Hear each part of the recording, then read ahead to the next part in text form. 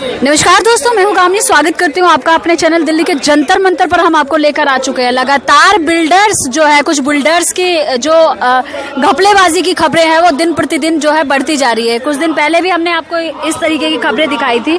अब हमारे साथ में गुड़गांव सेक्टर 109 से जो है कुछ महिलाएं एवं पुरुष यहाँ पर आए हुए हैं, जो कि लगातार इनके एरिया को, इनकी सोसाइटी को डेंजर जोन घोषित कर दिया गया है।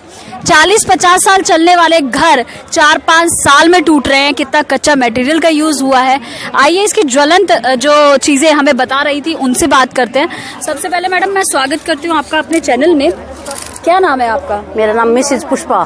कहाँ से आई हैं? हम चिंटल पैराडीसो से आए हैं, गुड़गांव सेक्टर 109 से। आज का जो यहाँ पर मुद्दा है आप लोगों का, प्रोटेस्ट का, हाँ जी, क्या है मुद्दा? हमारा मुद्दा ये है जी कि हमें अपने घर के बदले घर चाहिए। हमारे घर को IIT दिल्ली से ऑडिट कराई गई थी और हमारे घर जो है अनसेफ घोषित कर दिए गए हैं। तो हमारा मुद्दा ये है कि हमें वो 2 साल पहले बिल्डिंग गिरी थी और अभी तक कोई सुनवाई हमारी नहीं हुई है।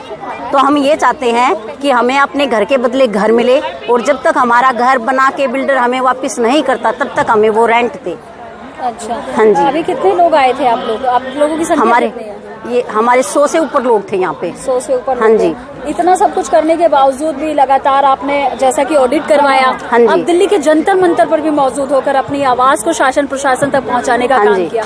इसके बावजूद भी अगर आपकी मांगों को नहीं सुनी जाती और वो लोग आपकी डिमांड्स को पूरा नहीं करते, तो आगामी योजनाएं क्या है?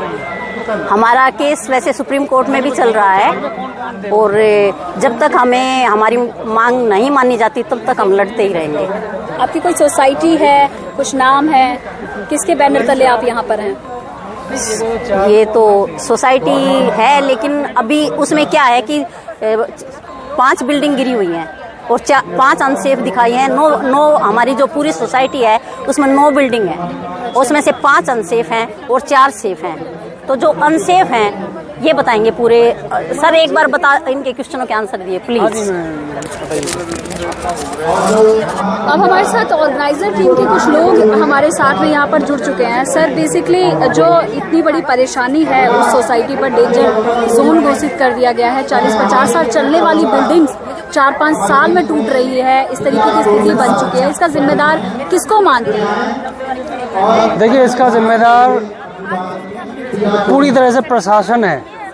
मतलब बिल्डर को तो मैं नहीं बोलूँगा, क्योंकि प्रशासन ने ही इसका लाइसेंस दिया। प्रशासन ने ही फिर उसका बिल्डिंग बनने के बाद उसकी निर्माण कार्य का जांच की और तब जाके उसे OC दी। OC मतलब ऑक्यूपेंसी सर्टिफिकेट। इसका मतलब प्रशासन ने ये सर्टिफाई किया कि ये रहने लायक अच्छी है बिल्डिंग। उसके बाद प्रशासन ने एक 2021 में फिर से ऑडिट करवाया था, उसमें भी आया कि टावर सही है। उसके 5 महीने के अंदर ये टावर फिर से गिर जाती है और टावर गिर जाती है, लोग मर जाते हैं। जब IIT ऑडिट करता है तो 5 टावर अनफिट आ जाती हैं। तो बिल्डर से ज़्यादा, देखिए बिल्डर तो हमें पता ही है, सारे बिल्डर एक जैसे हैं। उनका तो बस कैसे भी। जो आपकी 109 सेक्टर की जो सोसाइटी जो आपने बताया, वो कौन से बिल्डर द्वारा बनाई गई थी? देखिए, चिंटल्स ग्रुप करके है, ये चिंटल्स पैराडीसो सोसाइटी का नाम है। ये एक काफ़ी लैंड बैंकर थे पहले, और अभी इनके चिंटल पैराडीसो, एक सेरेनिटी करके 2 प्रोजेक्ट हैं। तो इन्होंने लाइसेंस लिया, बनाया, राइट। इन्होंने जो प्रोजेक्ट बेचा वो इस तरह से बेचा कि इनके आसपास जो सोसाइटी के आसपास शोभा जो एक बहुत रेप्यूटेड बिल्डर है, दुबई बेस्ड है, बेंगलोर बेस्ड है, उसके विलास हैं।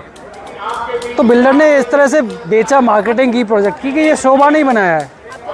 और आज की डेट में आप शोभा की एक सोसाइटी बनाई है, शोभा ने फिर से अलग से, उसका आप देखिए वो सोसाइटी 100 साल चलेगी, इतनी कंस्ट्रक्शन क्वालिटी है इसकी। आपने अभी बताया कि इन बिल्डर्स के द्वारा जो निर्मित किया गया है, क्या इससे पहले भी ऐसी कोई घटना उनके ऊपर दर्ज है कि उन्होंने इस तरीके की बिल्डिंग्स बनाई है, आपकी जानकारी में? देखिए, ये पहला, जहाँ तक मेरी जानकारी में है तो इनका पहला प्रोजेक्ट था।